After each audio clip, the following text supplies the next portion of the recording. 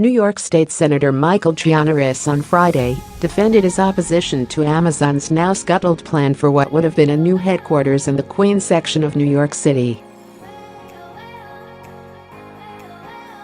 Amazon needs to get a hold of what they mean to communities and act responsibility, Gianaris said in an interview with CNBC's Squawk Box. When they come in and take over a community like that, the community dies. The New York Post, known for its edgy cover headlines, called Gianaris the man who killed the Amazon deal. Gianaris, whose district includes the Long Island City neighborhood in Queens, where Amazon had agreed to build, claims Seattle businesses have not really benefited from having the e-commerce giant based there. In Seattle, the local restaurants are dying, he argued. It's all insular to the campus. They go home at 5 o'clock. No one is having dinner in those restaurants. If you're going to come to a community and you're going to turn Long Island City into what's happened in those towns in Seattle that I mentioned, you got to come correct and say, I want to help this community thrive, he added. In response, a spokesperson for Amazon said Gianaris's comments on Seattle were incorrect and pointed CNBC to a blog post on the company's impact on the city. The Amazon Post said the company has paid more than $25 billion in wages to its local workforce and invested $4 billion into its Seattle campus. Facing a chorus of protests from Gianaris, other New York politicians and neighborhood activists, Amazon on Thursday decided against building part of its so-called HQ2 in Long Island City.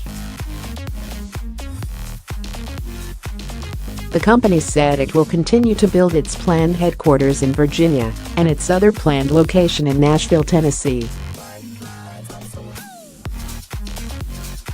While polls show that 70% of New Yorkers support our plans and investment, a number of state and local politicians have made it clear that they oppose our presence and will not work with us to build the type of relationships that are required to go forward with the project we and many others envisioned in Long Island City, Amazon said in the statement Thursday.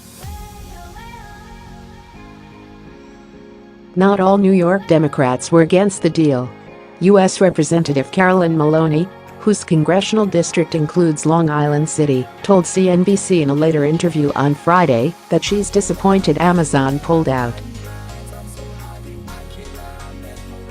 It's a terrible loss to the city's economy and jobs for its people. Maloney, vice chair of the Joint Economic Committee on Capitol Hill, said the $3 billion in subsidies for Amazon would have only materialized if the company kept its promises on job creation and other economic development metrics.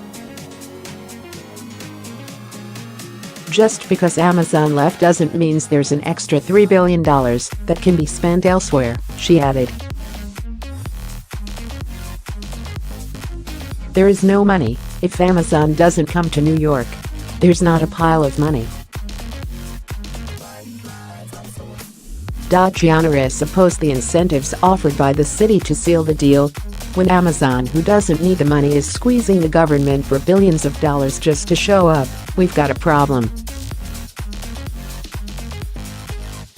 Democratic Representative Alexandria Ocasio-Cortez, who represents the area near Amazon's formerly planned headquarters, took the company's move as a positive sign, saying, dedicated, everyday New Yorkers and their neighbors defeated Amazon's corporate greed.